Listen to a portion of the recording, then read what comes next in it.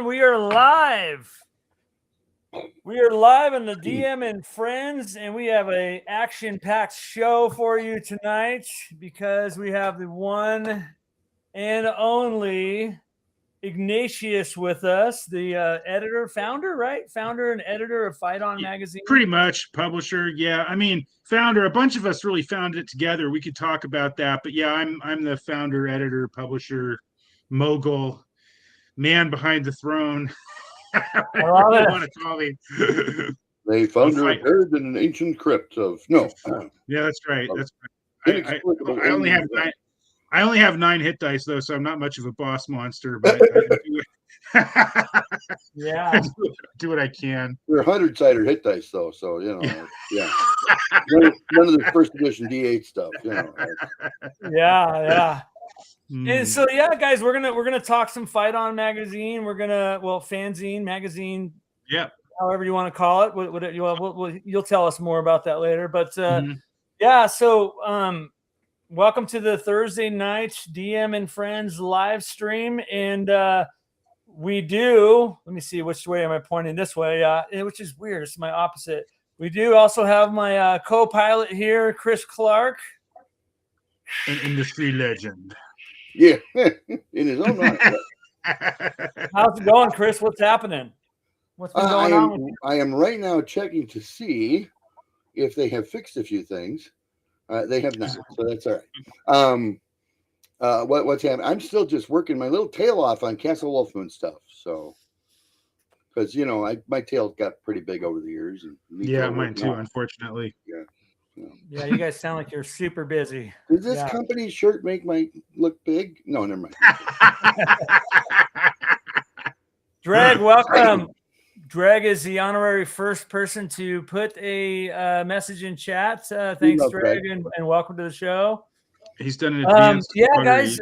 We're gonna dive into some Fight On magazine. We're gonna talk with Ignatius about the hows, what's, whys, and all the ins and outs of that mag, and probably talk some D&D tonight. Talk some D&D. That's right. Sounds like it, right? Yeah. The ancient sorceries, the eldritch ways. Yeah. That's what we're gonna do. So Ignatius. So I want to get into a little bit of background. So. Yeah, I think personally, this was the first time I physically met you, but I have known about your magazine, which was really cool. Like even before I knew who you were, we just kind of chatted about. I don't even remember what we were chatting about, but the interesting is when I kind of put 2 and 2 together, who you were. I'm like, dude, I've been kind of following your magazine for. I don't even know when did it start? Like, what was the kind of the first issue was published fairly early in 2008. Okay, so 2008. Okay.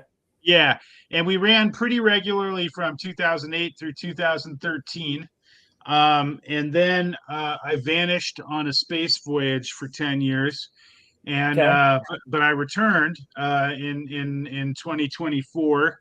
And we started the magazine up again, and now we've done 3 new issues, 2024, 2025, and we're working on our 4th new issue, issue 18, which I expect to be out, certainly in the first half of this year sometime. We're just going to keep going as long as we can. Yeah. I think they're in the middle of Kickstarter Zine month. Maybe. Yeah. And are you going to Kickstarter this one? Whoa, we lost him. I didn't think it was that. That was a horrible question. We totally lost him. Yeah, I totally overstepped my. I think he got excited and probably kicked a power cord in his. I couldn't tell because really his camera only gets him from the chest up. But Hey, Thunderstruck, how you doing, man? Good to see you on here. Thanks for popping in. It's really cool to have you. I did see your response on the last live stream, by the way. I'd love to have you on here. I'd love to talk about some buildings and some of your guys' products. Here we go. Here he comes. He's coming back. Yeah, I'd love to get you on. We'll talk a little. I'm so sorry, we'll Ignatius. If it's too personal a question, I'll withdraw. Your question about the Kickstarter just blew me off the show. No, man. Yeah, that was funny. Did you kick the power cord or what? No, nothing. I don't know. I don't even know. My computer literally freezed up. Who cares? Let me answer the question. Yeah. I think the Zine month is a totally cool thing. I thought about jumping on it. I didn't. I haven't done a Kickstarter before. I might be interested in doing that. That leads to some issues about the magazine that maybe we can get to later in the show. Like, we're pretty successful for a fanzine. A lot of people buy and read Fight On. The issue is going to that next level. Then you're paying people, you're charging more, and we're wrestling with whether we could do that or how, or whether it's just better to kind of stay a fan effort. I can talk about that more later in the show. But anyway, so we have never done a Kickstarter. We just make the issues, mostly on the sweat equity of our writers and artists and me. And then we get them out there, and we don't charge a lot for it. This new one, issue 17, beautiful. The overage is maybe $1 or so. I mean, it's really, it's not, it's not quite like Lee Gold, mimeographing Alarums and Excursions, and you pay the postage and get it mailed out to you. But we're about as close to that as you can get as a kind of like commercial fanzine that's not being run just out of a, office or whatever. But I mean, the commercial thing, it's really like, I'm not making money off of it. What I spend on it goes back pretty much into promoting it. And we have contests every so often. So I give away money to writers and artists and stuff like that. So we really try to run the thing. It's not officially like a legal nonprofit, but that's kind of how I run it. It's a fan magazine. So that's why I usually call it a fanzine, even though, as Angelo kind of pointed out, it's pretty big and beefy and has a lot of good stuff. I mean, there's a lot of great fanzines out there, but they tend to be, 30, 40 pages, often one or two people's creative vision. I mean, I love them. I collect them, and I do think of Fight On as a fanzine, but it's pretty big. Well, the latest issue is what, over 170? What is it? It's 166. 166. Okay. Yeah, and it's packed with good stuff. This is the biggest issue we've ever done. Yeah, there's a couple really cool adventures, and I didn't read the adventures, but I kind of breezed through them. Yeah, I didn't want to, didn't have too much time to actually. But 160x pages. And there's all kinds of stuff in there. So and that's just the latest issue too. I mean, there's so much meat in the other, previous, issues.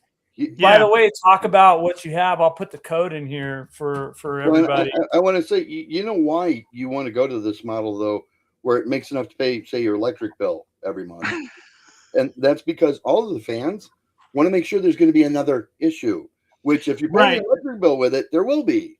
I have been working on a solution that doesn't sort of compromise the fan ethos of Fight On, and that's basically. I wanted to get to this later in the show, maybe talk more about Fight On and my D&D history first. But since what's coming up, let's just roll with it.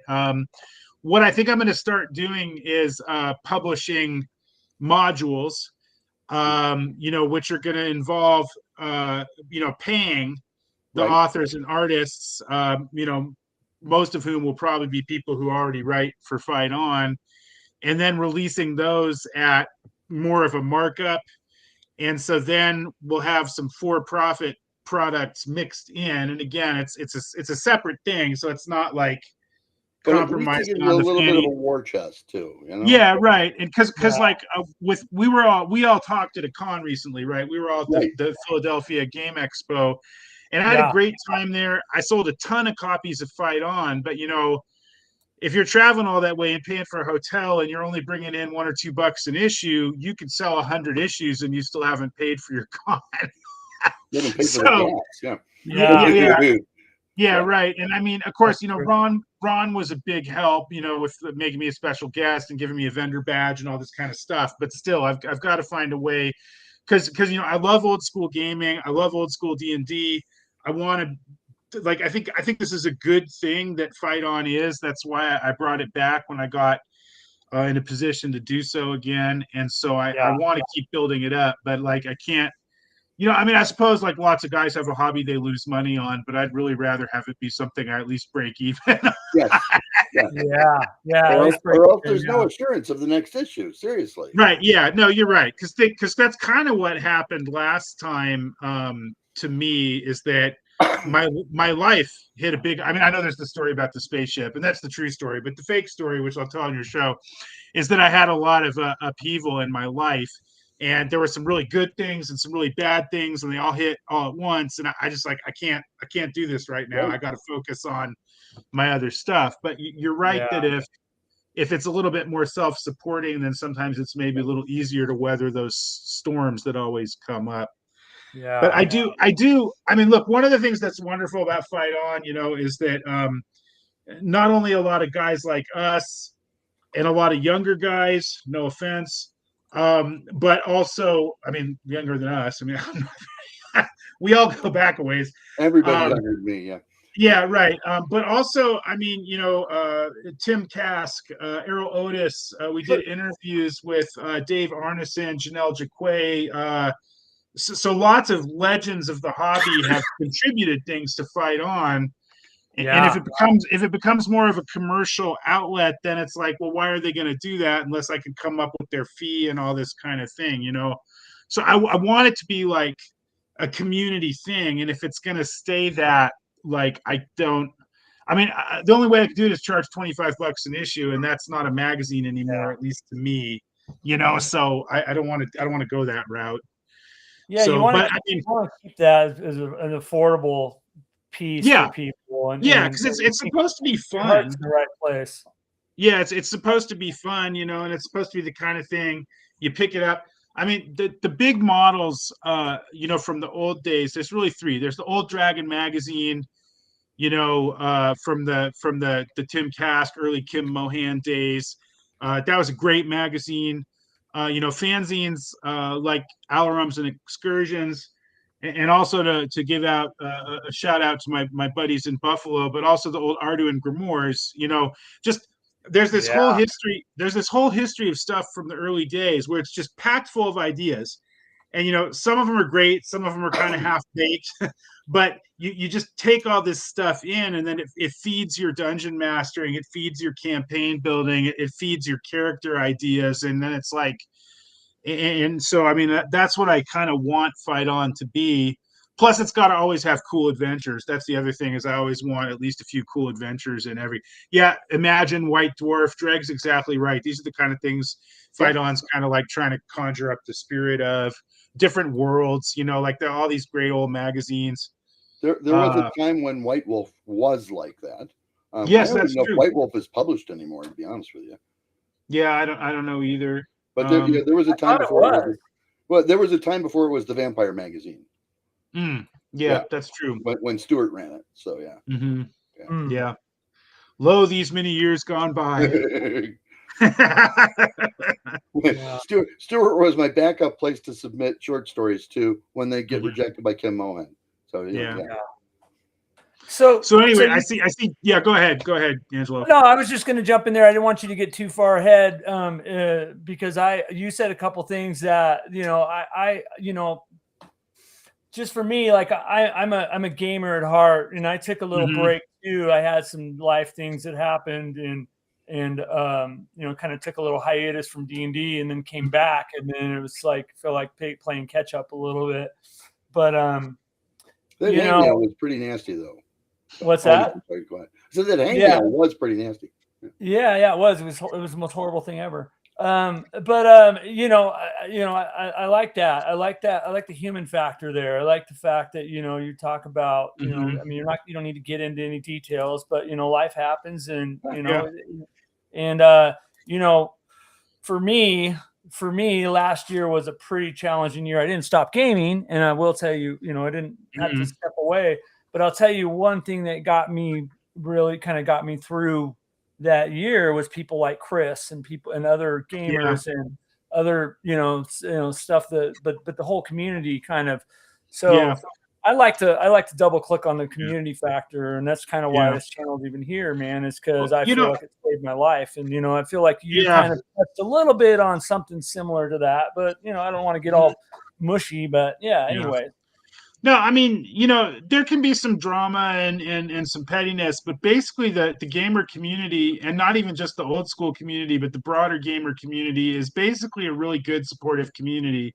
Yep. Yeah. I mean, there are factions sometimes, rivalries sometimes, but overall, even across those, a lot of times people really kind of like each other. We have this hobby we love that we share with each other. There's a it's a good space. I like the tabletop gaming space a lot. Yeah, if my friend Jim Murphy, who you might not know him, but he goes by Game Methuselah. He's those of you guys that know him would know him by that name. But he always and he does a lot of YouTube stuff, and he always kind of clicks on the fact of, one thing about this hobby is this: I can sit down with, it doesn't matter how we believe in any spectrum or whatever, as long as we sit down together and we have a commonality, and that commonality is we just want to we game. And if you can just get beyond all that the rivalry and this, and like what you're talking about, and the problem with gaming is there are humans involved, and humans have humans, but that's also human. what makes it great at the same and time. That's what makes it great too. But the fact that we can mess up anything, you know what I mean? But if you can get beyond all that and just talk and just sit and know that we're gonna have a kick butt game, and we're gonna, you know what I mean, like, just that, I think, is the healing factor, and what really kind of brings us, it's the bond that we have, and I think that's really awesome. But and awesome. It's stuff like that. It's things like what you're doing, man. The whole fanzine, like that brings people together. You know what I mean? It really does. Whether you believe it or not, or anybody believes it, I believe it, because we're all reading a story, we're all reading an article or an interview, or do you know what I mean? And you go to a con and you're like, I didn't know it, but then we lost him again. I was gonna say I didn't know it, but when I finally kind of got to know who he was, I was like, oh man, I know you. Even though I didn't know him, but yeah. So Chris, as an intermission, why don't you tell us a story? Well, hey, no, what's your take on that? How's that? Gaming allows you to be more noble than you are. Yeah. Here he comes. Oh, okay. And it's for that very reason that we all achieve this nobility by getting together and just having a good time around the table and doing things that are heroic or smart and heroic, or whatever the case might be. Or whatever the case may be, becoming a hero for a minute, That's a new role-playing system I'm working with. Oh no. So maybe for your listeners, who don't know as much about Fight On, I can just talk a little bit. Let's get into it. I'd love to hear about the origins of it. I'd love to hear about kind of the evolution of your magazine, man. Let's do it. Yeah. Okay. So, I mean, the deep history goes back to olden times when. No, but okay. So what happened? I think all of us have different, histories leading into this. I personally started playing in the late 70s with the Holmes boxed set, and then going back to the original collector's edition, because the only AD&D book that you could find was the Monster Manual, and I didn't know about it. The Player's Handbook wasn't out yet, and so to get past third level with Holmes, you had to go get OD&D, and so that was kind of where I started in the hobby. Other people started in different places, but I think the thing that kind of originally brought the Fight On community together, a lot of us met in a couple different places. One was like the old school boards, like Dragon's Foot and the Knights and Knaves Ale House. And then some of us, though, also met on the Necromancer Games message board. Bill Webb, those guys did they were very successful in those days because they were the first third-party company to make third edition products besides Wizards. but they also had this whole slogan that was like 3rd edition rules, 1st edition field. And some of their dungeons, which a lot of the really good ones were honestly Bill's old 1E dungeons just converted to 3E. But anyway, they were trying to make products for the new rules that kind of had that old feel. So a lot of us who were willing to give 3E a shake kind of wound up on those message boards talking to each other. Yeah. But for a variety of reasons, I think, even though there was a kind of honeymoon, I mean, I don't want to bag 3E too much. I had a great time with it for a few years, but I think a lot of us from the older community, there were some things like, as the feats and classes got more and more complicated, and also the way that the game kind of morphed. Like when it first came out, like the feats and stuff were really cool because it was a way to personalize your character. Right. But then over time, you kind of discovered, like, in a way, Pathfinder is like the right interpretation of that rule system, because you have to build this character in these very complicated ways. And it almost got to be like another old game you guys remember, Champions. Yep. You know, which is a game I actually loved at the time, but it's a lot of bookkeeping work. Yeah. Well, half the game is character design. Yeah, I mean, you got to make it's part the fun though too. Don't get me wrong. Yeah, right.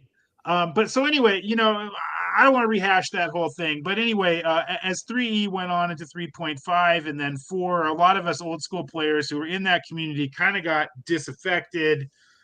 Kind of started saying, well, let's go back to kind of what made this game great in the first place. And then, we had a bunch of different things. We met on different discussion boards. Eventually, Finarvin, Marv Brieg started those OD&D discussion boards. And a bunch of guys from these different communities kind of got together and said, hey, what if we just had a fan magazine, right? And I said, hey, I'll edit it. And the reason I said that is because in high school, I actually produced a few issues of a real fanzine, 15-page kind of, my high school game club fanzine. It was called the Relay Text, right, from Call of Cthulhu. And we had stuff from all different games. And our issue 3 was good enough that we took it over to, Dundracon and sold it there. And a guy, I think from, I want to say Different Worlds, picked it up. There was like a 1-paragraph capsule review of my fanzine. So I was like, I've done this before. Yeah, I love it. Yeah, I can put this together. But I mean, I did an okay job with this. I've actually done some publishing in my day job and so forth for other kinds of things. So I've learned some things since high school, independent of Fight On. And but so anyway, like the first issue, it was just 30 pages. It was kind of like a cool thing. It had some interesting guys. Some of those guys have gone on to publish a lot of stuff on their own since we did it. Nice. But it kind of caught on, right? Like people were like really into it. A lot more people. I expected to sell like 50 or 100 copies. I just threw it up there on Lulu. Instead it was like several hundred right away. And I think that first issue at this point, I mean, it's well over 10,000. I don't know exactly. Plus, it's like a lot of guys just download it free. I mean, you could find it now. Don't do that; it's illegal.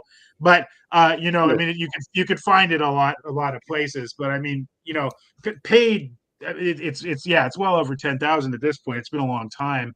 I haven't counted for a long time either. It might be over 20. I don't know. But anyway, so the point is, it was cool. And then a bunch of people sent me stuff for issue 2. It's not very good, but I got one of the last interviews with Dave Arneson before he passed away in issue 2. And then at that time, Matt Finch, who I think is an amazing contributor to the old school hobby space. He writes great dungeons. He's doing Osric. Swords and Wizardry is a fantastic, retro clone or whatever you want to call it. OSR, I guess, is the. Anyway, so anyway, Matt started doing Knockspell, right? So now we had competition. There are 2 old school magazines at this point, which seems like, I mean, now there's like 100. So, it's like, okay, but at the time. And here's a kind of cool story. Like Fight On and Knockspell both did very well for a while. And Lulu.com had just gotten started like maybe a year or 2 before we started on Fight On, And so Lulu had this kind of author contest to promote their authors. And so I pulled out all the stops. Like I actually created a thing. I don't sell it anymore, but this campaign compendium that just is basically a grab bag of some of my more interesting DM notes. But like I threw everything I could. I had the first 4 issues of Fight On, and everything I could I threw up there. I think I put a short story I wrote up there, like just as I wanted to boost the sales to win the author contest, right? And we did. We won first place, and Knockspell won third place, and then some, I think, romance novel or something that it was an actual novel won second place. But it was awesome because, like, I think Lulu stopped doing these contests because the gamers kept winning them, and they were more interested in promoting like self-publishing authors and stuff like that. But that was it. That was a great thing because it was like, okay, you know, not only are people into this, but they're into this enough that you know, they'll buy it, and it can kind of make waves. And so, you know, we just kept going with it. We had art contests, dungeon contests. You know, Errol Otis judged an art contest in his honor, and then issue 8 has an Errol Otis cover. I wonder if I got that one. Oh yeah, come on, shine on, not Fight On, shine on the Fight On. We anyway, love it. Yeah, and so that was like, you know, that was sort of like, yeah, here it is. Like, you know, nerd rite of passage. Like, this was like, you know, geek. Move the opposite direction you think you need to. Yes. There you go. Yeah, I like that. Right. So Errol did this cover for us for issue 8, and anyway, it was awesome. You know, it was awesome, and so we kept going with it. And there's a lot of cool repeating features. In some cases, authors will publish a lot of things from their campaigns. Yeah. We also have this community mega dungeon that's almost done. We're working on the final level right now, The Darkness Beneath. That's actually been very well reviewed, especially some of the early levels that Dave Bowman and I wrote, but a lot of them are really good. Other people. There's one that's actually based on that Carcosa game that was kind of controversial, but the level is this just amazing, like hideous, dark tech demon nightmare. Yeah, that's the City of the Ancients. Yeah, that's the City of the Ancients one. I actually ran that at EggCon last year. It was pretty good. But anyway, let me jump in. I want to acknowledge some of the chats that are coming here. Hold your thought, and I also want to bring up the QR code because you are talking. Well, let's come back. So Dreg just said that he said just play Holmes and third level is the top, so you can wreck a dragon since it saves the same as level 1. Sometimes 40 pages, while a white dragon with a light blue fill is enough. Okay, all right. And I'm not going to argue with that. Yeah. So Dreg, thank you for that. Yeah. And Blair's in here talking about being a mascot. She's just number one fan. Thank you for being here, Blair. Doc girls are trending. I do agree with that. Probably needs to cast. Okay, I won't read that. Blah blah blah. Casting. Oh, whoa. And then Dreg also says Swords and Wizardry, CR, and Osric 3 are fantastic systems, plus their layouts and quality of author editor content is unreal, especially for PWY. Yeah. What is PWYW? Pay what you want. Pay what you want. Okay. Yeah, I mean, if you want a nice hardback, you got to pay for that, but they'll give you the rules for free. And I mean, in the case of Osric, you know, it's essentially.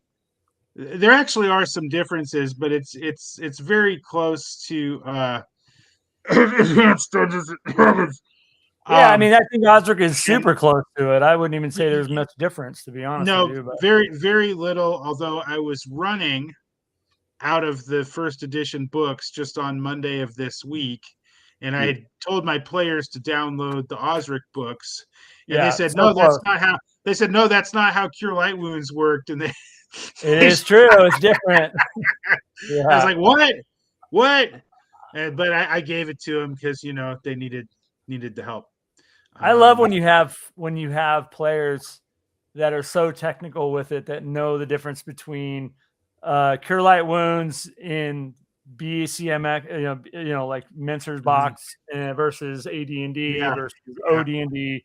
I love that. I love to geek out on that kind of crap. I mean, I don't know about and you also, I mean, some people really don't like this, but actually, if you were role playing in 1982 or 1979 or whatever, it was very often the case that you had multiple rule books at the table, and you had to decide. True. In my campaign, we follow this, or this is how I house ruled. It was like, and I mean, I think that's part of the art of dungeon mastering. Now, I mean, it can lead to bad disagreements, and that's why some people don't like it. But at the same time, it also kind of allows dungeon masters to kind of like grow into their own creative vision of what the game should be. And so if you give your DM a little slack, I think that can sometimes be a lot more fun than you might think.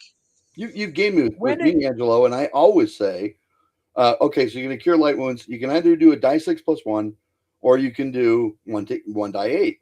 Yeah. And I don't care which one, whether you're going to go OD&D or first edition advanced, you know, but you pick what, but it makes a big difference. No, it really doesn't. The average roll, and then I explain the math to them, and you watch them just glaze over, right.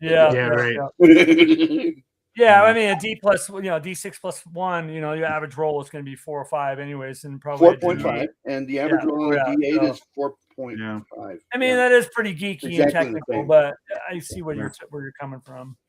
Well, and there wasn't that. There was better codification, I think, in advanced, but there wasn't a huge difference in any of the tactical math. No, I would say not. But I mean, again, go ahead, Angelo. I was just going to say, I mean, I had read, and I had kind of, some people have told me that, and here's somebody that's Dreg's probably going to answer what I'm saying.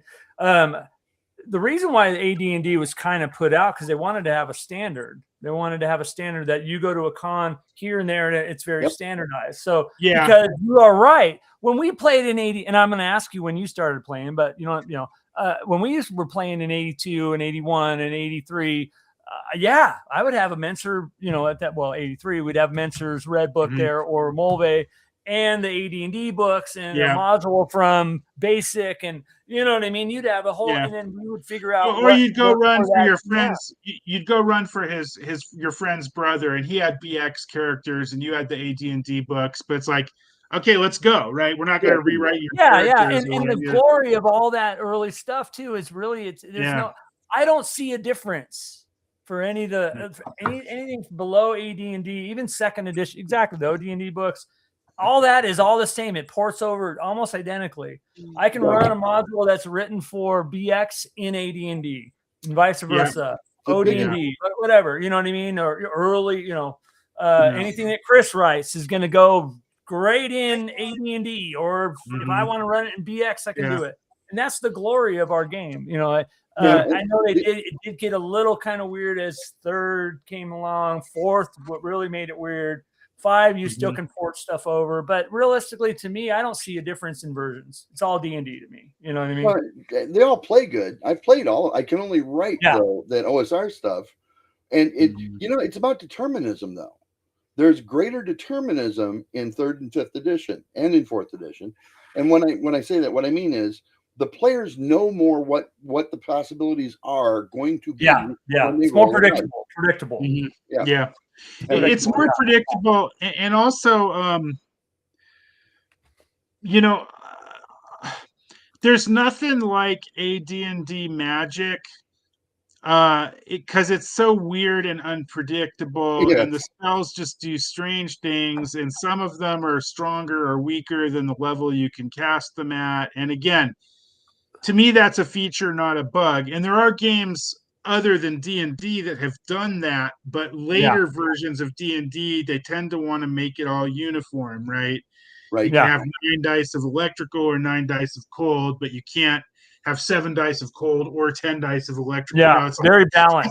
Very balanced. They want it, and I mean, again, like, there's reasons for that, but I prefer it to Magic to feel like a little weird and unpredictable and uncontrollable, And again, if you play for a long time, but I mean, I even learned things. I forgot. Maybe I knew this when I was 15 and forgot it. But like, there was a druid in my adventure on Monday, and she cast animal summoning, and I realized that the way that spell works is not the way I had it in my head that it works at all. It was kind of useful though. They got a giant beaver to sort of help them swim up the underground river. But Man, nothing like a giant beaver. Yeah. Well, that is. I'm sorry, I didn't mean to interrupt. Go ahead. No, it's okay. But I mean, I like that. I like the fact that the spell itself may contain these weird minutia. Because I mean, that's what, if there was magic, that's what it would be like. It would be weird. Yeah, you're right. It wouldn't be an engineering text. Yeah. It would be. So I want to get to some more comments because they're flowing through. I don't want to get too backlogged, but before that, I want to give 2 minutes of my rant. I one thing that you've kind of, I don't want to double click on that, is one big, and I don't like to focus on the differences, but I do talk about it a lot of my videos for this channel. Is I feel like old school is very dangerous and very the non-heroic and very. Well, I mean, it can get heroic, but you got to get up to the levels where it's heroic. You got to get up to 8th, 9th, 10th level, and then it's heroic, but it's very dangerous and very volatile to get there. Yeah, it is. It is. You know what I mean? So, anyways, let's go to Dreg. Dreg says, my origin story is I bought the first edition DMG at a Hobby Lobby next to the RC car section in 1984. My cousin saw me reading it, and next day dropped at my other cousins and I a big brown box of books, which contained, and he continues, contained Holmes, Cook, and a bunch of adventures. So we played a weird D&D. So there's he's double clicking on having multiple copies of the old ways, the old way. And then Dwayne Rogers says, I learned to play a crazy mix of first, second, and beat and Beck me. Greg also comes back and says, hey, the game is still around and there's tons of new content that can be used in early any system. We will fight on ever mention. Oh, this is a question for you. We'll fight on ever. Since Dwayne is here, I want to give a shout out. He's got a bunch of art in the new issues. I like Dwayne's art. Dwayne, okay. This is a spider he did for issue 17. It's awesome. Yeah, I've seen. Yeah, it's funny. I turned right to that and I looked at that and I'm like, oh my god, it reminds me of. It had a very Middle Earth vibe with Shelob or yeah. I really loved it. Yeah, I dig that in his art. So since Dreg and Dwayne told us their origin stories, I want to answer. This is a great question Dreg asked, and I want to speak to that. But since we're on origin stories, should we tell ours maybe before we get to this new question? Yeah, go ahead. You start. Okay. Or do we want to answer this question first? No, well, I'll go ahead and tell mine, and then we can go. You guys, we can go to the question next. Go ahead, man. Go ahead. Okay. So the year is 1977, and I'm a kid, and I'm at the Emporium, which for the people who don't know now, we used to have these things called department stores, and they were big. They were big stores that had all kinds of stuff in them. The primary thing was clothing, but there was also a jewelry and makeup counter, and then you'd go upstairs and there'd be kitchenwares. And at Christmas time, there were lots and lots of toys. And my dad was a big reader of fantasy and science fiction, and he was also a war gamer. He played.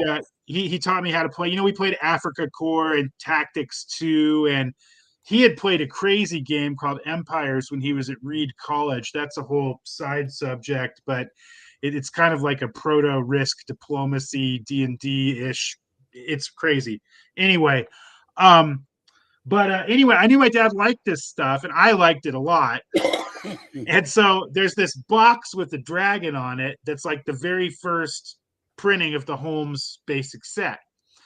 And so I got this and I brought it home, to my dad as a Christmas present. So actually, I got my dad Holmes D&D as a Christmas present in 1977. Oh, wow. And we opened it together, and he had a lot of the objections that a lot of the war gamers, how do you win this? Yeah. You know, all those old discussions, like what even is a role-playing game? You know, it kind of split the wargaming community back then because some people were, you know, it's like what? And I mean, I get it, right? They're different. They are different. And sometimes I say the two most confusing things in the name role-playing games are role-playing and games. Like it's not really exactly either. And if you push on either of those too hard, you're going to lose some of the spirit of this weird and wonderful hobby. Yeah. But anyway, okay, so I got it for him, and then that was the one that it didn't have B1, right? It had the monster and treasure assortment, and it had the dungeon geomorphs. So my dad was trying to figure out the rules, and I was like, I cut up the dungeon geomorphs. I was pasting them to graph paper and drawing connections between them, and my dad and I went out to the hobby store a few days later and got the OCE because he figured we needed more rules for the OCE. But so anyway, I decided I would be the dungeon master. Nice. And so I had some goblins, kind of simple first level dungeon, you know, and my family all made characters. So my dad made Boromir, and my mom was my mom was, I think, Galadriel, and my sister was Goldberry or something like that. So they all made characters out of Tolkien. And they went into the dungeon, and my father would just charge at the monsters, and they were both magic users, so they would hang back, my mom and my sister. And so poor Boromir died in his second fight. Oh, no. And so then my dad made a second character, which was Boromir Jr. And then Boromir Jr. also died in his second or third fight. And then he made Gimli, so he switched to a dwarf. And Gimli died, I think, in his first fight. And at that point, my dad was like, well, screw this. And I mean, there were a lot of things. I didn't really know how to DM yet. My mom and sister weren't doing anything much except, you know, I think my mom cast a sleep spell once and like took out a room full of goblins or something like this. But so anyway, at that point, you know, my dad wanted to go back to war games, so I had to find some other kids to play D&D with. Yeah. It sort of became one of those kid Christmas presents where it wound up actually being for me, which I hope my father eventually forgave me for. I'm sure he did, but anyway, but so yeah, but then I started playing with my friends after school, and then it was AD&D, and then like, you know. And you know the rest of the story because you guys lived your own version of it, you know, when you discovered these games. That's awesome, man. That's super awesome. Yeah. You know, I feel myself, I'm still every day, you know, every day trying to relive that first die roll that I remember. Yeah. You know what I mean? That first, I remember the room I was in. I remember the smell. I remember just the people that were in there. Yeah. I remember the sound of it hitting and we didn't know what we were doing either. And that was the glory of it. You know what I mean? Yeah. No, you were making it up as you went. And I mean, that's one reason I kind of keep fight on in the OSR vibe too. I mean, I'm trying to hit that kind of sweet spot where I started, where it was partly a game that you could buy and play, but it was partly a game that you kind of made up as you went, and that making it up as you went was part of the fun of it.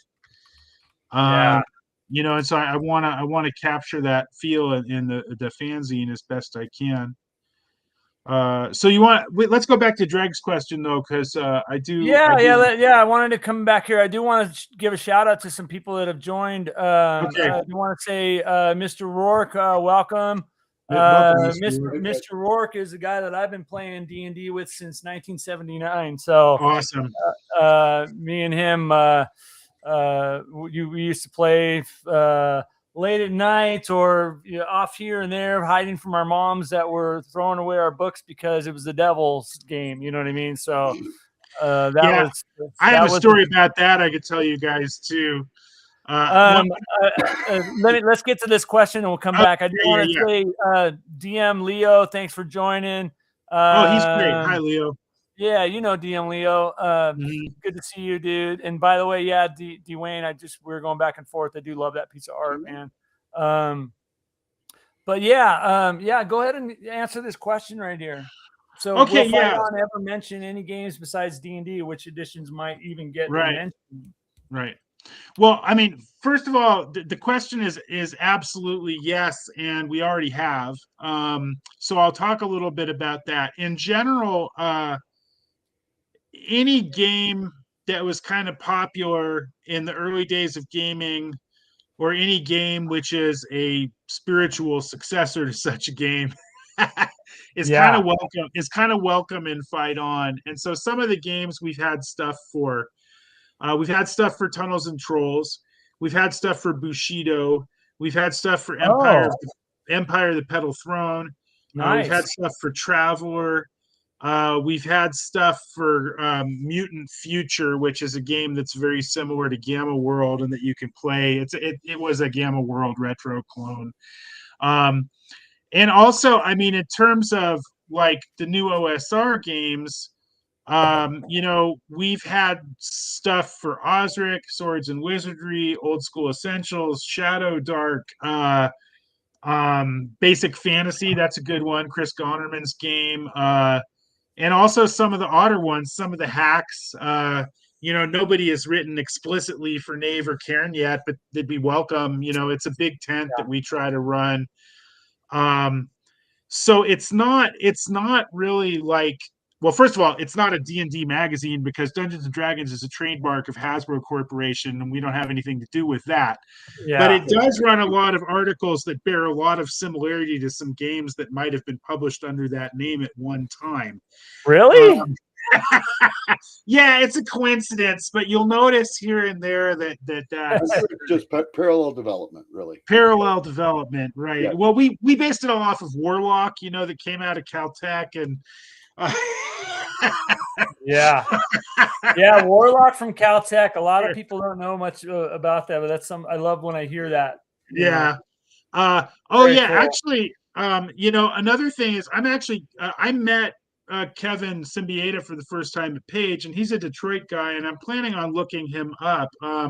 That's another example. We haven't had anything for Rifts or Palladium Fantasy yet, but we totally. Yeah. I mean, I got to talk to Kevin. I always talk to people who own the games and kind of get their blessing. It's sort of like when Weird Al does a parody, probably you can just do it legally sometimes at least, but I'm not here to make enemies. If somebody wants to hold on to their game, they can do that. I'll respect that, but generally speaking, people are happy to see a little fan stuff come out for their game, and most people have been very supportive. Issue 11, we actually honored Greg Stafford. There's some articles about hero questing in there.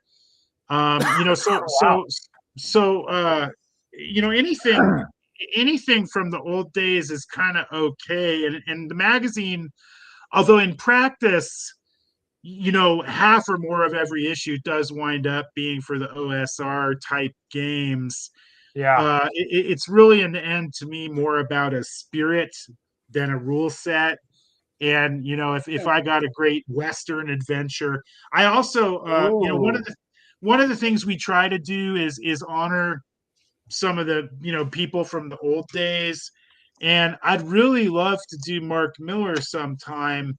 But that would mean doing a lot of sci-fi, which means I'd have to talk to some people and also make sure I wasn't stepping on Mongoose's toes or whoever's doing the Cepheus or Traveler or what, so that if I ever do that issue, it's going to take more planning. But of course, I'm a huge Mark Miller fan, and I play sci-fi. It's almost always Traveler. So that's, again, it's another kind of thing we might do someday. So it's kind of depends a little bit on what people sent us. We've become a hub for a certain section of the OSR community, and I'm happy doing that because that's where I started, and that's where a lot of us started fantasy gaming. But it's definitely not. My mantra is always like, again, it's not a closed thing. We want to be creative with the spirit of 1979, not the letter of the law in 1979. Yeah. Have you ever seen taking a look at the CNC rules too, Castle and Crusade? Oh yeah, no, and I like the Troll Lords. I mean, they were part of that group back at Necromancer Games, and they actually they did their own thing sort of first. I mean, in some ways, Castles and Crusades was the OSR before the OSR, you know, Yeah, and it's the third edition version of first edition. Yeah. yeah, exactly.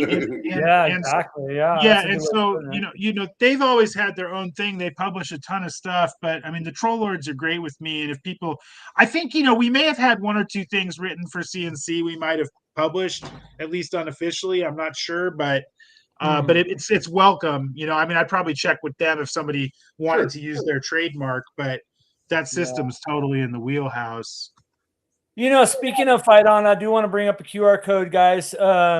Ignatius has blessed the show today with a half off coupon on the latest issue. So if you guys want to scan this QR code, it'll take you right to the drive-through site where you can get well, you can give the details on it if you want, but yeah, scan this QR code, guys, and it'll take you to get you a discount on the latest issue, which is a beast. 160 what pages?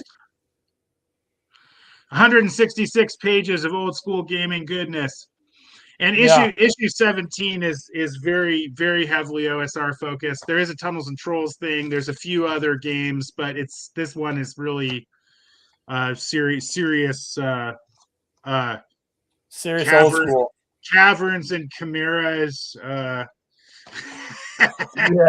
Otyugs and oubliettes, you know, lizards and labyrinths, lizards and you know, those kind of games, kind of, you know, those, you know, what we're talking about. You know, I wanted to ask, has there ever been any Boot Hill adventures in Fight On? We've never done a Boot Hill adventure, but you know, there's a first time for everything, and I love a good Western. There's a Western based kind of on the DCC rules, like Weird West or something like this. I don't know. Yeah, anyway, I played it at a couple cons and it was a lot of fun. It's got its own spin to it, but there's a guy in Michigan who runs games based on his own version of like fantasy Michigan Old West, and it was a blast. I enjoyed that one. I don't know. I wish I could remember the name. But yeah, I'm a huge Boot Hill fan. That's why I've kind of asked. I'm going to a con this week, 2 weekends from now in LA, and I'm carting over a bunch of my buildings that let me see if I nice buildings that kind of do. Do you have a livery? Kind of faction-based fighting where you have 9 factions, and it's all Boot Hill, 2nd edition Boot Hill.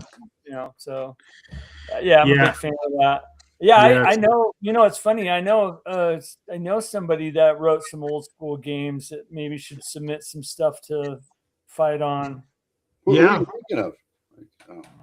This guy right here. I mean, we'd love something from Chris. I've been talking to Chris backstage about some things. We'll see if it's all good. Maybe some excerpts from upcoming things. Yes. Yeah. I mean, especially if there's little bits of them that are like playable that people could use. Type, yes. But we've done that before, actually. Jeff Talanian's kind of gotten his own thing going really well with Hyperborea, but when he was just starting up Hyperborea, he submitted a couple like character classes and things to us, and that was cool because they were things like you could see what his world was about. You could plug it into your world if you wanted.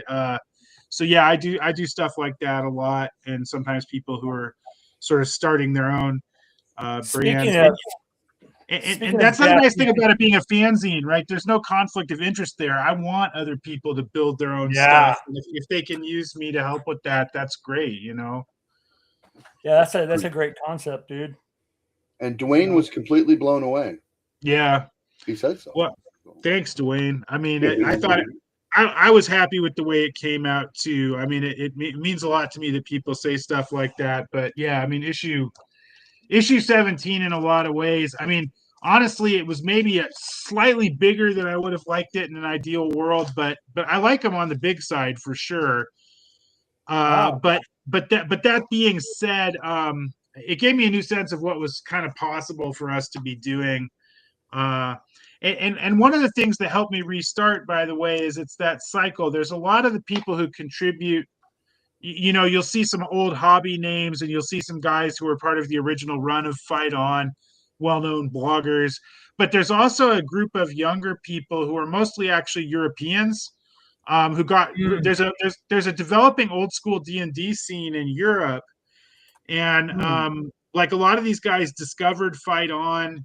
They're coming from Norway, they're coming from Germany, they're coming from Hungary and other places, and looking for content. Yeah.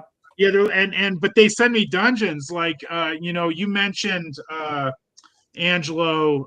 Some of the dungeons in this issue are really good, and I agree. And one of them is from a guy who's got a bunch of dungeons. He's going to do this one too. Glenn Robinson.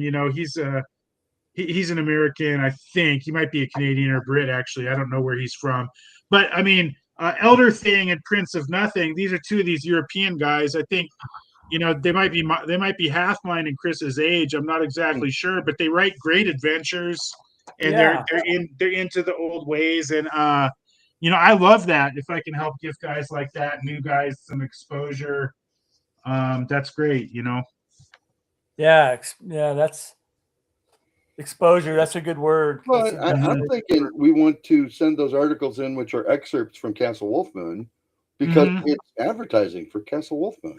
Yeah, that's right. Buy them? No, I will give them to you. Yeah. I mean, why would I not want the free advertising? Oh my goodness.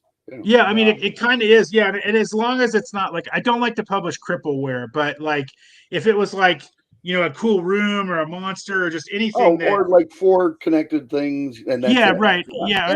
Even cool trap. But any usable excerpt, even a very small one, totally run with that. Yeah. Yeah, not an 80-page document, Chris. Okay. No, I was thinking the very first one we could send them was the ghosts on level 1, and what you do is just make sure that the overwhelming Wolfware Patrol is in the first room that they start in, and that some party member invariably finds the secret door that lets you escape them, and then you wind up in the actual dungeon adventure, which is putting all of the ghosts to rest. I think you guys went through that, didn't you, Angelo, at one of the cons? Yeah, I think so. I think so. Yeah, and it sucked, Chris. So don't do it. No, okay. Yeah. Don't do it. Yeah, no. So yeah, what else is what else is kind of what do you have since 17 is done? Are you already doing 18? Are you collecting stuff? Can people submit? Open submission for 18 is technically still open, but we have a lot of stuff. So the main thing that takes time with blocking an issue of Fight On is we have a lot of really wonderful artists like Dwayne, who's checked in here, but there's a lot of others. I mean, you see we got Peter Mullen, great piece for the cover here. Andrew Walter, Dreg, I think mentioned Troika in those games. He's done a lot of art for those. He did a nice piece for us. So many good people. I see, Anthony Stiller flipping through, Jason Blasso, Torrin Atkinson. I mean, the list goes on and on. We got a lot of really good guys who contribute, and but that takes time. A lot of these guys are professionals. Del Tiegler, he did a piece for us, but he works a lot. He's really, so and also because it's contribution, I got to send stuff out. And then they got time to draw, and then they got to send it back.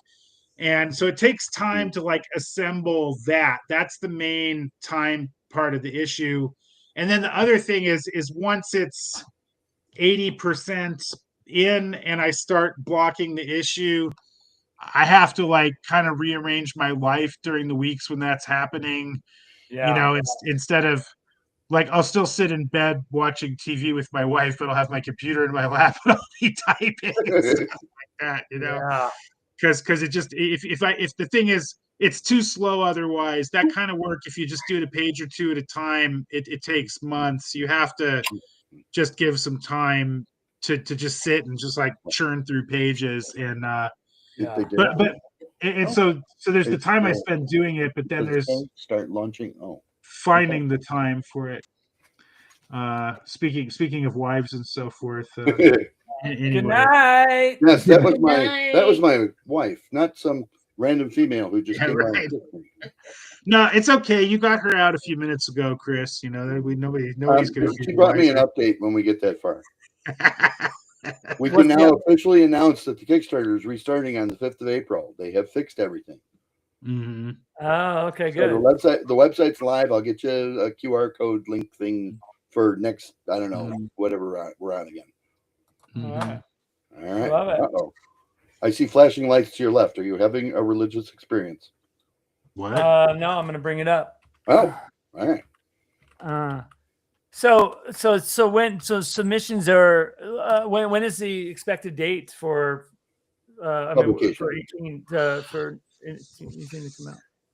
I'm hoping for April, but that probably means May. You know, it's underway now, but you know, for those of you in my secret identity, my lair high above the streets of Detroit, I'm a mild-mannered college professor, and the semester's going right now. So, you know, I have to grade papers and teach classes and all that. So, and you know, I'm going on a trip, usual life stuff, but I'm working it, and you know, I'm also doing some writing for this one with a friend because there's a dungeon level that needs writing that I have to be involved in. But it's all going really well, and so I think that if I can get the art requests out in the next couple weeks, you know, end of April or it's realistic to shoot for. But it's I'd say definitely, you know, we're going to try to get it out in the next few months, and so if it's April, May, we'll see, but that's the goal right now. Nice. Are you using InDesign, Ignatius? I heard of that program. So let's call that a no. Tell me, what do you do in the magazine in? Well, I have these big clay bricks, and I chip out the characters, and then old-fashioned linotype. Okay. No, I Word. Oh boy. Okay. Word. If you're familiar with a company called Canva, I have a Canva account actually. I've heard of it. They just bought Affinity, and you can now get Affinity for free for life, and it is very much like InDesign. Okay. I've heard of Affinity Publisher. So yeah. Man, I should probably play around with this. You know, there's this. When I did my fanzine in high school, I did it on a dot matrix printer, and I used WordStar. I love it. Dude, and then I'd pay for color. I'd pay for photocopies of a nice art cover, you know, and then I'd staple that all together in my dad's study. So I guess my old hobby. Our early stuff was done with rubber cement and, you know, cut the pictures out and stick them on there. I'm telling you, they didn't have personal computers. What a great time it was. So I want to cut here to some breaking news. Breaking news live. Breaking news. All right. Breaking news. Oh, there it is. Look at that. Yeah. Woo! So we actually got the Kickstarter page up. Well, I don't, but Chris has got the Kickstarter page up. And you can go and click on notify me on launch. Yes. I'm going to get a QR code and we will share this on every live stream. But yeah, congratulations, Chris. You got it going. This is from Gary Gygax and Chris Clark, Castle Wolfmoon. So the people aren't misled. I did write a little bit more than Gary. Okay, so Gary and Chris's last unpublished D&D campaign. True. That is absolutely true. Yeah, so that's pretty cool. Breaking news. D&D, though. It's D&D like. Yeah. Tell him, Ignatius. Tell him. You had it right. Yeah, right. Yeah. It's Chris's house system, which is very playable with your favorite game. There you go. Yeah. Unpublished D&D campaign. Yeah, so they can put D&D in there. Wow, interesting. When do you think you're going live with that, Chris? Yeah, they might not. There's more discussions in my future with those people. April 5th. April 5th? Okay. April 5th. Yep. Well, I don't know if the issue will be out in time to advertise the Kickstarter, but we could do an ad for the product or something for you guys. Definitely want to support that. Well, the Kickstarter won't end until like May 5th. So. Oh, okay. Well, maybe it'll work. Yeah. But like I said, even if we're too late for that, we could still once it's in stores or whatever, we could have the product. Oh, Blair wants to know about the giant beaver. So, I was running AD&D on Monday, and one of my players was playing a druid, and she summoned a giant beaver, which was good because they needed to get down an underground river. They didn't have a boat, so yeah. So that's the best way. That's the best way to do it. Nothing like I'm actually running S4 for them, so that's a fun time. So so just so you guys all know, in the show notes here, Ignatius has offered 2 different discounts to fight on. I think there is a bundle. So that's the first link that's in there. And the second link is for if anybody that wants the latest issue 17. I think it's a discounted price for Fight On number 17. So please go into the show notes. Go in there, grab it, check it out. Let's support Ignatius in his venture, his effort, his passion. And for the Romans out there, that was 2 offers, not 5. Just like 2 offers, yeah. Right. And I also 2 offers. And I also want to say that if you guys find it in your heart, please hit the like button on this live stream. Subscribe to the channel. For more and more, and you'll get notifications on more and more videos that are coming out. I'm releasing a couple of videos this week on NPC classes from Dragon Magazine, which is really cool. I just did one on the Bandit, and I did one on the Bounty Hunter, and then the next one's the Cloistered Cleric. I really love those classes, but a couple other in the series of. Are you going to do the Witch and the Anti-Paladin? Yeah, I'm doing all of them. I have awesome, man. Giant list. And it's funny, Ignatius, can I call you Ig? Sure. I can. Okay. You can. So I feel like I'm gonna stumble every time I try to pronounce your name. But anyways, so it's funny in my game in over the years, and this has been all the way back to when these articles came out, in the 80s. Yeah. I've always allowed some of these NPC classes. I have a very strict list of what I've had somebody play a bandit. I've had somebody play an archer. I've had several people play witches. I've had several people play the bard, which we have currently playing the bard. I have a bard in my AD&D game. Yeah. Dragon Magazine bard. No, I have a by the book 1E bard. It's crazy. Oh yeah. They've got so many hit points that class. Yeah. Fighter, thief, and bard. Yeah. So I allow those. I allow there's an article in issue number 106, which is the plethora of paladins. So I allow some of those ones. If you remember that article, man. So I like those. It adds flavor to the campaign, but some of them are a little bonkers and out of. Well, OP. The Witch is great, but it's so OP. I mean, it's a great class. Well, at low levels, it's not. At low levels, it's. Yeah, but I let a guy play one back in the day, and I mean, it was a good character, it was a good campaign, but man, when that character got up to high level, it was like holy moly. Yeah, they have some pretty gnarly spells. I mean, there's some really. I mean, a lot of those NPC classes were bonkers. They're meant for NPCs. They're meant for But when you start bringing them into your game, you got to kind of tailor them back. I mean, the archer is super broken too. When you start getting kind of distances and the Archer Ranger, that was always a fun one. Get your Archer Ranger on. So but anyways, I wanted to do a series just diving into those classes and kind of seeing how they could fit into your game as an NPC or as a player character, that kind of stuff. So it's been a lot of fun. So but anyways, so I'm going to bring this up for those of you guys that just didn't hear the original announcement. The Castle Wolf Moon Kickstarter is live-ish. to be able to be notified by it. So it's Yeah. on Kickstarter, but not live yet. But you can click that notify button, and then you don't have to worry about it again because you'll get an email and things. Yeah. So go, you guys, scan that QR code, go and hit notify. It does boost traffic and all that stuff, and get you there. And Chris will bless you with his Gary Gygax / Chris Clark Kickstarter that's going to be coming out in April. And you guys, please, if you can, hit the like and button for this video. It really helps with the metrics and all that weird stuff. You know what I mean? Anyways. Because Angelo really needs your affirmation. He does. Yeah. So. Plus, you're enjoying the show, right? So, I mean. Yeah. Like on it. Hair splitter. Yeah.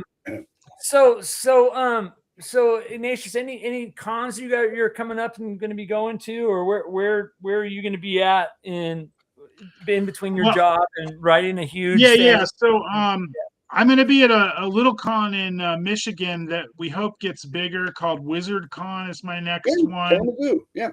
In Kalamazoo. There's some surprisingly well-known old school people who come to that con, and I played in some great games there. Hopefully it'll keep growing. We have several good cons in Michigan. I go to UConn, which is right down the street from me, very often. But as far as I know, we don't really have a dedicated old school con yet, and that seems like kind of what Wizard Con is hoping to be. So I'm really trying to support them. I'm going to be out there running games and stuff. After that, when is Wizard Con? When is Wizard Con? Wizard Con's in April. Okay. I'm gonna be at North Texas, and I'm running a big game for the Knights and Knaves guys at North Texas. That's gonna be a 20-person AD&D game. Oh, I thought you meant like 60 millimeter or something. But no, I mean like 20-player crazy fighting demons and all kinds of stuff. Have a lot of coffee before you go. Yeah.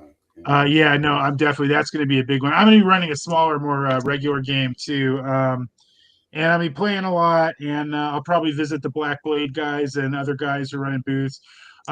Speaking of classes, Greg Gillespie's got an interesting take on the monk in Dragon Slayer. I kind of like it. We might cover that in the next issue of Fight On. It's a sort of Western monk. It's a sort of Friar Tuck staff fighter kind of cleric. So if you don't want a David Carradine 1E monk, Greg's is a good alternative. I just kind of discovered recently. So we got NTX. I might try to go to some others. I have some friends out west at KublaCon. I don't know if I can make it or not, but back to North Texas. Have you ever been? Mm-hmm. I have been to North Texas, and I love it. North Texas is like going in a time machine back to 1983, and it's a small con, and that's part of why it's so much fun. So I feel a little bit weird talking about how great it is on the internet, but it really is great. And I enjoy it if you're into the old school games. And another thing, if you're thinking about traveling to it, they've got a shuttle direct from the Dallas airport to the hotel where it's at. So you don't have to rent a car or even call a friend or anything to get there. You just get on the airport shuttle. Yeah. So that's a real nice feature of that one. I'm driving this year, so I'm going to be taking all my billings. I usually run a Boot Hill game. It's really the only two people that run it is me and Alan. So he runs. I'll try to sign up for that this year if I can get the time slot to work. I'll check it out. I'd like to play Boot Hill. I got to miss Gary this year because my wife and I are going on a trip that's going to be nice. I'm going to go to Italy for spring break, so that'll be pretty sweet. But have you ever been? Yeah, I have. Yeah. But a lot of the places, this will be my wife's first time visiting them, so that'll be really nice. Funny story about Italy. So I went a couple years back, and I went with my future ex, and we went to Italy, and I made a point to meet up with Luca, if you guys know who that is. Yeah. Yeah. We had lunch with him. He came down from I think we're in Venice, and that was really cool. I've several years hung out with him in GaryCon, and it was just kind of cool. It said, "Hey, I'm going to be here. Are you anywhere near Venice?" And he said, "I'll be there in 6, whatever date it was." But yeah, that was kind of cool. That'll be really awesome. Fun trip. That'll be a fun trip. Where are you guys going? It's a tour. Venice, Florence, Rome. So it'll be real nice, and we're spending a couple extra days. I mean, whatever. It's gonna be a nice trip. It's good, but it conflicts with GaryCon, so I can't get to Gary this year. But be at NTX, be at WizardCon. Probably going to go to EggCon over the summer. That's been a real fun one for the first couple of years. Eric and Heidi do a good job with that.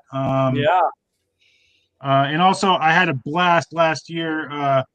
Paul Stormberg runs Chainmail games all through the con, and me and Bill Sylvie, Dungeon Delver, we played in one together. But I think I played more Chainmail than D&D at that con. I was just going crazy. Oh, and then the other great thing is Mike Carr. He does this at other cons too, but Mike Carr will bring his Dawn Patrol, and you can play Dawn Patrol. So I mean, I definitely played a lot of fun OD&D, AD&D.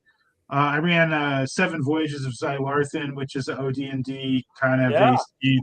But anyway, I played also Dawn Patrol, Chainmail. So it was like a full spectrum gaming weekend at EggCon last year. And then I'm going to another con in fall. I'm going Cauldron, which is sort of the Europe's version of NTX. It's in Germany, and I've never been to that one before, so I can't tell you anything about it. But it looks like I said, it sort of looks like the European NTX, and I'm hoping it turns out that way. So those are some cons I'm going to be at over the next 6, 8, 10 months, and then back to Page with you guys next year probably. You guys going back? I thought it was a great time. It looks like it. I'm not 100% there yet, but I'm 95% there. So that's cool. Yeah, I probably will go. I mean, for me, the time of year isn't the best, but it's not. But it's a good con. You're right. The time, if it wasn't for having Martin Luther King Day off, I probably couldn't do it. Yeah, I have it off too. Yeah, but I'll the probably fact that go. I'll probably go with but we're gonna see each other in North Texas. We'll see each other. That'd be awesome. EggCon, yeah, I want to play in your video game, man.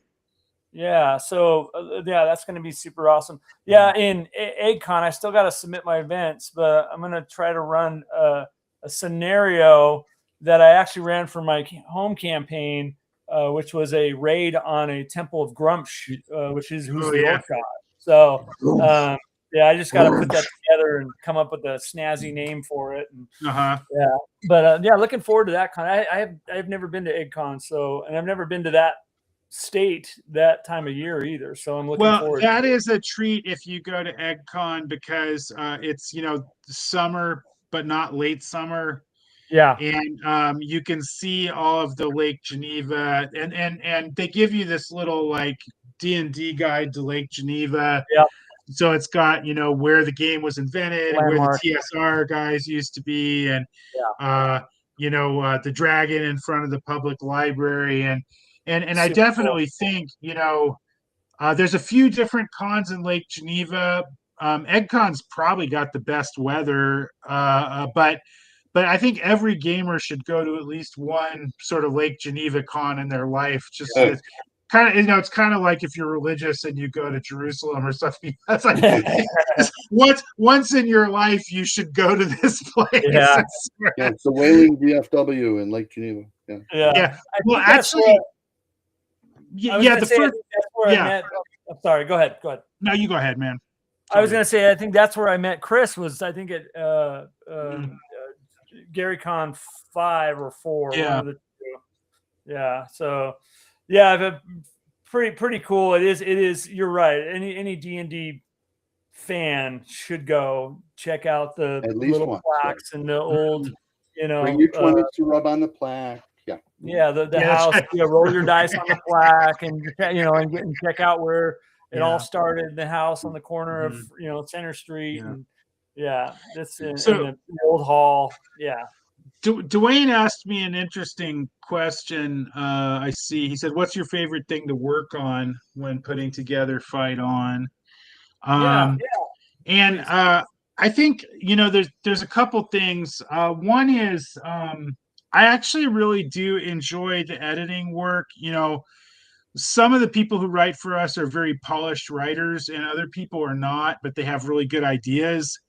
And I enjoy like helping polish people's writing and try to help. You can see like what this guy had this great idea. So I enjoy trying to help bring that out of manuscripts. I also kind of enjoy. There's a little Tim Kask actually. We interviewed Tim Kask in issue 16, which was very timely in light of his passing. But anyway, we talked about this and we both agreed. One of the fun things about doing a magazine is like placing the art and the ads and kind of trying to make it visually appealing. I guess Blair's taken off, so people are getting tired. So that's an answer to Dwayne. I like the layout. I like the editing. I also like sometimes, if we're missing an article of a certain kind, sometimes I have to challenge myself to write something. And that's kind of a fun exercise. Like, oh, okay, got to come up with a character class or whatever. Nobody submitted one, and so I like doing that. But before too many people get going, I did want to say one thing. And Dwayne is actually helping me with some of this. But I was talking to Chris about this, I think, before the show. We're going to start alongside the magazine also releasing some standalone adventures, with art, just like, and they'll be sort of like, because one thing is we do get some bigger adventures and I do put those into the fanzine sometimes, but that's part of what leads to 166 pages. Sure. So sometimes now when people send me those bigger manuscripts, I'm going to consider maybe doing that as a standalone release. That's actually separate from Fight On because those are going to be a little bit more like regular gaming products like lots of people make, but it'll be a kind of side, like more normal publishing thing. But I'm really excited about some of those adventures. We got one from Jamie Giltner, who won a Ennie for Slay and Plunder a year or two ago. I might be writing one. There's and we're also talking to artists like Dwayne and others who do art for us, and so I'm working on issue 18, but along with issues 18 and 19 and maybe 20 this year, also start looking out for some of those dungeons to start coming out, and I'm really excited about trying to do some of that too. I had an idea. What about a best of compilation Kickstarter of all the different over the years modules or adventures? Well, we are actually going to do one. The people who submitted levels to the community mega dungeon, normally when people submit to us, they keep ownership of their work and they keep all rights to their work except our right to publish it in the issue it's published in and in compilations of the issues. For the Darkness Beneath submissions only, this is the only submissions we've ever done this with.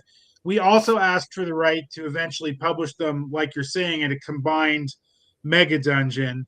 Yeah. And once this last level of the original run through is written, we are going to start developing that mega dungeon as a project to compete with, Castle Wolfmoon and Ardenvul and these other great big mega dungeons. The people Rapin Athuk, right? People actually buy them these days. Yeah, I know, it's weird. Yeah, and so we're hoping. We're thinking we're gonna finish that in the fanzine first. It's a fanzine thing first. So it's gonna be finished in the fanzine this year, but after that, we're going to be looking at some kind of Kickstarter or something. And I may talk to you guys about that, especially Chris, because I've never done a Kickstarter before. I know how it works. I've backed dozens of them, but I've never done one. And so it might be helpful to talk to some guys who know more than I do about it. What do you teach, Ignatius? I teach philosophy. I'm a philosopher. So Budweiser is better than God. I got it. Yeah. Well, you got to give me the argument for that. See, I mean, a lot of Yeah, modern yeah, philosophy. yeah. Modern Yeah, philosophy, a lot of the time, isn't as much. It's partly about the views you hold, but it's also partly about how well you can argue for them and what your premises are and all that kind of my old stuff. philosophy professor started his lecture series with that. Well, Budweiser's better than nothing, and well, nothing's better than God.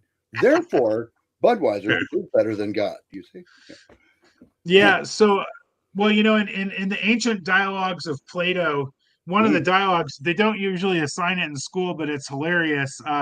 It's got these two professional wrestlers who start doing rhetoric because it's easier money apparently in ancient Greek, and and Socrates tries to argue with these guys, but they're incorrigible, so it doesn't work. So they're like, "Hey, Socrates, you've got a mother, right?" And he's like, "Yeah." It's like, and all dogs have mothers, right? Yeah. Well, your mother's a dog.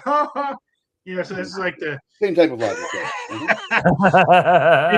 they don't usually teach that Plato dialogue, but Plato actually had more of a sense of humor than students sometimes realize about. Anyway, Interesting. I was I was hoping you were going to say English so that I wouldn't have to worry too much about just getting the Riot Act read to me if I said no, and also then I'd be in competition with Professor Tolkien and I'd lose. So you know, I gotta Wow. Mm-hmm. Well, we're coming down to the bottom of the 1.5 hour. Okay. Yeah, well, definitely. You know, when you get going on that, definitely have you back. You're definitely. I'd love to. Yeah, and you know, one thing I told this to Bill Sylvie too. You know, I know you guys do these shows. Sometimes you have roundtables on topics. You have maybe 3 or 4 guys in. If you think I'd be good for that, I'd be happy to do it. Yeah, I love just jawing it up what with if people. we think you'd be excellent for that? Yeah, you know, I was kind of trying to kick around some ideas of doing some kind of roundtable discussion. You know, the live streams they started out as being topic based, and then I'm like, and then we started getting, you know, guys like you and guests that I want to know more about you and what you know what I mean. So I kind of think when I switch to something like where, you know, we talk about, you know, dungeon crawling, you know, get you on, that would be super cool to do. I just got to kind of wrap my head around when, how, and why. You know what I mean? Yeah. But yeah, that's definitely keep you in mind. Yeah, it's been really cool, man. I really like what you do. I really like what you do. Thank you. I like that you're trying to keep the old school alive. We'll try to keep it up and get advice from Chris about how to make it sustainable and you know, what mistakes not to make. Yes. What mistakes? That's right. Why are old people wiser? Because they made all the mistakes already. At least one. You bet. I don't know if this is a question or not. It says, "How about favorite dungeon light from DM and friends?" I don't know. I don't know. Is that a question? I don't understand. Elaborate. Unless, my brain doesn't working right now. You say, do you mean like real rules light system? Is that what? Yeah, if he's asking like what's my favorite or what's our favorite rules light system, I would say any of the old school games. I'm sure AD&D is not rules light. I would lie if it was, but it can be random. What bonuses do you get from certain spell immunity again? I mean, it's really up to the DM, to be honest with you. You know, but I would say that. What's your favorite dungeon that's not a mega dungeon? Oh, what's my favorite dungeon that's not a mega dungeon? Yeah. That's a tough one, dude. The inverted ziggurat. Yes. Probably things that I've written, to be honest with you. Oh, you arrogant asshole. No, I'm sorry. Well, because I don't like temporal elemental evil, but then that would be considered. You made us run through it. I know I ran you guys through it, but I ran a very modified version of it. Okay. Very modified version of it.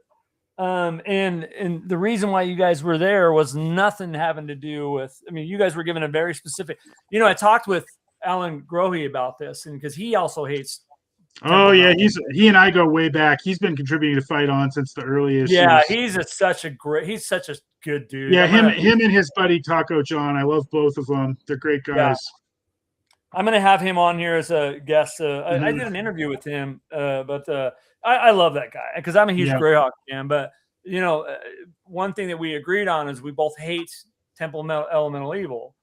I love the setting. I just don't like the dungeon. But I love the fact that you can use it if you give your PCs a very specific reason to go in there, not just I'm going to wander around and kill everybody. You know what I mean? Yeah. I mean, that's fun too, I guess. But I don't know. I don't know what that answer. I don't know that answer. For me. Actually, my favorite was the False Prince that I wrote for like Gary Con 5. Now that wasn't a tournament module for Gary Con. It was a one-off, which is what I used to do, is write a one-off, run it for 2 sessions of 8 players, and then they would sell it at the auction and keep the money. And that was to help defray the cost of having me in as a special guest. Anyway. Yeah. But in the False Prince, you are hired by a prince who is worried about being assassinated as his bodyguards because he doesn't trust anyone in the castle anymore. And that it's wise of him because actually the Grand Vizier is trying to get him killed. And so you accompany them to an inn where you're going to sign all your paperwork and commit to being his guards. And while you're there, sure enough, members of the Assassin's Guild show up in all of their regalia and try and take down the prince. And of course, the party always kills all the assassins. And they have +2 hand crossbows and +3 black leather armor and +2 shields and all this wonderful gear. And the vizier then immediately jumps forward and says, "Oh, I'll take care of the mess. You guys just sit. Dinner's on us." And characters, of course, go, "Oh, you're going to take all our loot? I don't think so." And so they grab all the stuff. Later that night, while guarding the prince, they discovered that the meal they were fed was drugged. Everybody's sound asleep. There's a knock on the door. The prince is missing. You're all wearing all of this wonderful assassin's gear you picked up. And they say, "Open in the name of the king." Oops. I love a good twist to start the adventure that way. I love it. Yeah. Very good twist. All right, I'll answer the question. Dwayne asked about dice. There's a lot of great dice out there. I've been digging the Threshold Dice Works one, but let me answer Dreg's question. So in a way, Angelo, I think your answer has always got to be right. You know, I have one of my good friends, Del Beaudry. He collaborates with me on some stuff and has written a little stuff. He's a fantastic dungeon master, and so like adventures I ran back in the day, you know. But I assume when somebody asks a question like Dreg's question, it's about modules, right? And so when I think about modules, I'll give a shout out to a few different ones. In the old days, I had a huge amount of fun, of course, with a lot of Gary's dungeons are just classics. I mean, you can't, you know, if you don't mind some characters dying, you can't go wrong with those. But you know, Dark Tower, another one. It's well known. Oh yeah. I ran that multiple times. You know, Jaquays is great. And then in Fight On, one I've gotten a lot of mileage from cons, and I don't know that it's my favorite because, like I said, I mean this dinosaur thing that Prince did for this issue looks fantastic. Yeah, it looks really good, dude. But I mean, you know, from the early issues, issue 3 has the spawning grounds of the Crabmen. And I've run that at multiple cons. It's always been a good time. That's what I ran at Page. Frank Menser, unfortunately, had a medical appointment during one of his games. And I was very honored that they asked me to fill in and run for him. And that's what that running on no notice, that's what I grabbed. I thought I'll run Crabman because this is, and they had a great time with it, you know? So that's awesome. And Dave Bowman wrote that for us. He's actually working on his own game now. He's back. He, like me, disappeared for a long time, but I haven't been able to get him. He wrote a bunch of great adventures in the early issues of Fight On. I haven't been able to get him to write any new adventures for me yet, but he's working on his own OSR, so hopefully his system will be out, and then maybe some future show we'll be talking about it. Who knows? We'll see.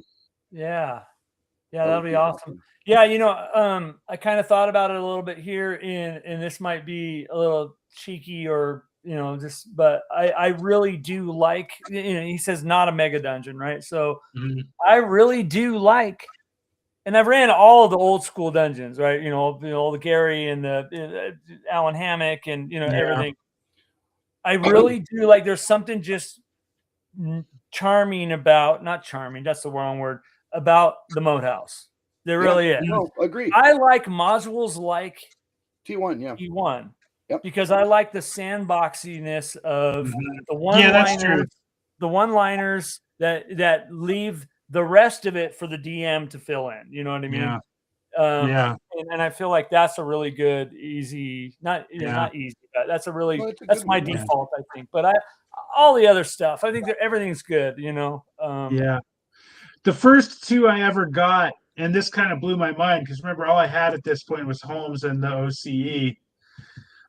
They were there at the hobby store. I got D2, Shrine of the Kuatoa. Oh my goodness! Without the G series or D1. So I'm like, what is this thing? I'm reading this as a kid. It's like crazy high level underground. Oh yeah. And then I got, of course, the Tomb of Horrors, which is an adventure I love. A lot of people hate it, but I love it. And I've run it a few times. It's challenging. It's challenging for players. It's definitely a puzzle dungeon. It is. Yeah. It's with a big daddy at the end. Yeah. Yeah. Yeah. Yeah. All right, you guys. Well, Ignatius, thanks so much, man, for coming on. I had a great time talking to you guys.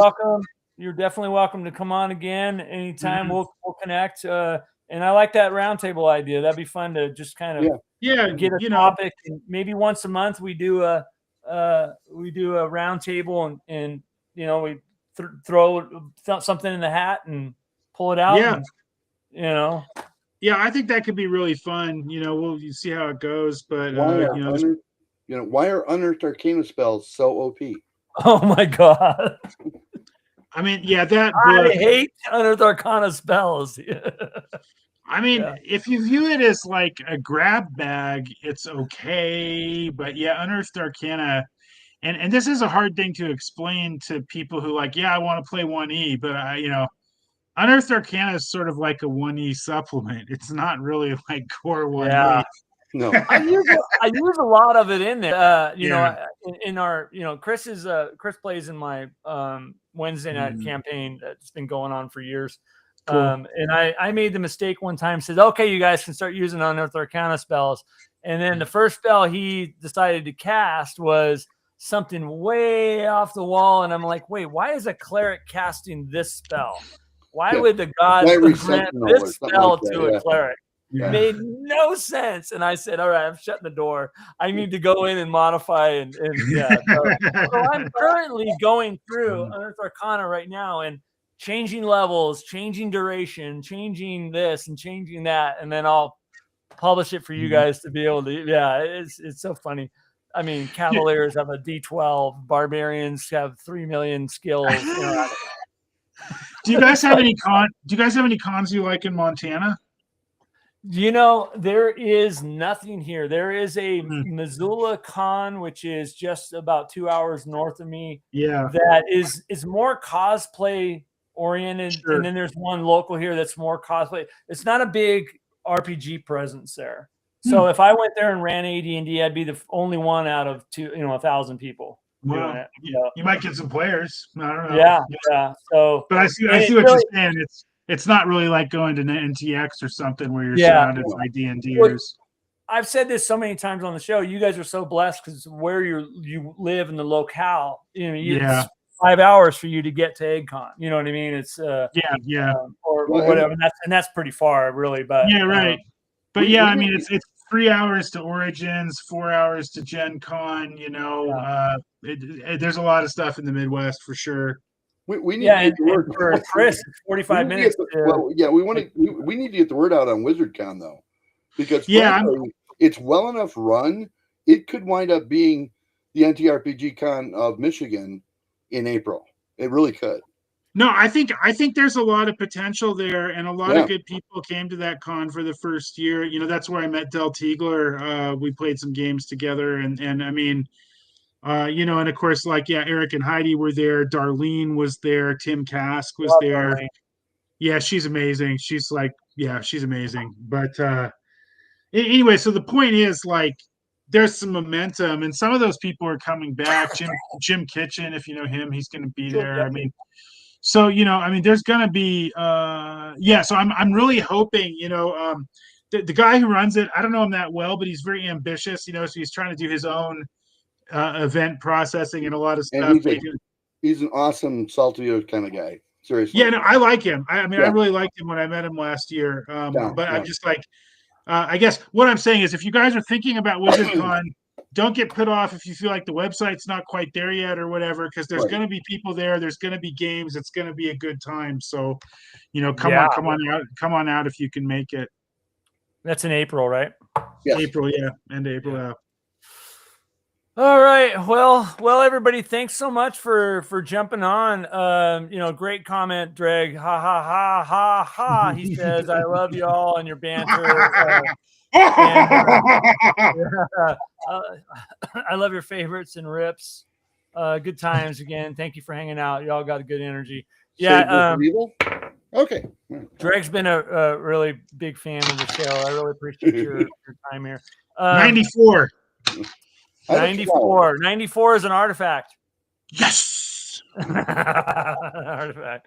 So you guys, thanks for coming on to the Thursday nights live stream we have here. I have this Monday coming up. We have Lloyd, and I'll mess up his last name, Lloyd Metcalf. Yes. Metcalf on next Monday. I can't remember who's next Thursday, but I'm working on getting Ann Meyer on here shortly. I also been talking with Talarian, a couple other people. Jeff's going to be coming on. Who else? Hyperborea is another really nice system. I love it. I love this. I don't play it enough. I've yet to see him write something badly. Yeah, he's good. He's really good. I agree. Let me see. So we got Harold you. Johnson, we got Lloyd. Let me see who's Harold? next Thursday. I don't think I have any booked next Thursday. I'll be in LA, so it might be tough, but we'll still do something. And then the following I'll week, talk to Harold. But Harold Johnson, trying to lost. I'm also talking to. I want to hear about his Wendy's game. Yeah. Wendy's game. He's got some fast food RPG game that he runs sometimes. Wait, who is that?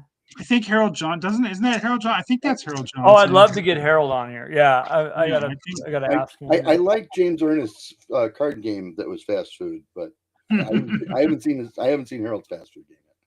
Yeah, I'm pretty sure it's Harold. I might be getting it wrong because I didn't get a chance to play in it, but I think it's him. Ask him about it if you have him on. Sure. Yeah. And I was just talking today with Mike Neisel too, and he's gonna jump on. Oh yeah. Yeah. I've met him once. He and I had a good friend in common at one time. It was weird. It was weird because my friend was gaming with Mike and gaming with me, and we'd hear about each other, but somehow we never wound up actually playing with each other. So anyway, it's cool. I like it. Yeah.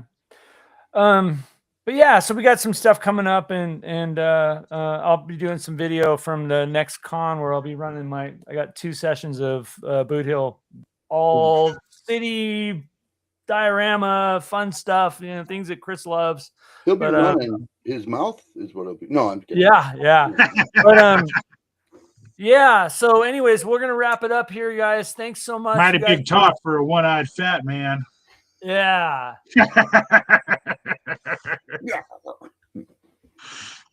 Squeak. What do I want to show here? What do I want to show here? What do I want to show? I know. What do you want to show? I thought you were wrapping this up. Now you're going to show us. Wrapping this up. Now I want to show you something. Well, I guess I'll show you later. Bill, here we go. Hang on. If you're under 18, you might want to tune out now. Oh no. Here's another building here. Look at that. That guy. Oh, general store. Where's Madam tobacco and groceries here? Yeah, look at that. Where's Madam Moore's place? Madam Moore's is in the other room. I gotta pack all this stuff up tomorrow. That's way too far. But anyways, you guys, thanks so much for coming on. What does it say? He's saying Dragon issue. Okay, he's gonna make me go down a rabbit hole. Dragon issue magazine issue 44. What is that? Food Fight. He's talking about the game Food Fight. Dragon issue 44. Got it. Yeah. All right, you guys, we're gonna sign off for real this time. Chris. All right. All right, you guys, take care. Take care of each other. God bless. Be excellent to each other. And game on. Game on. Fight on.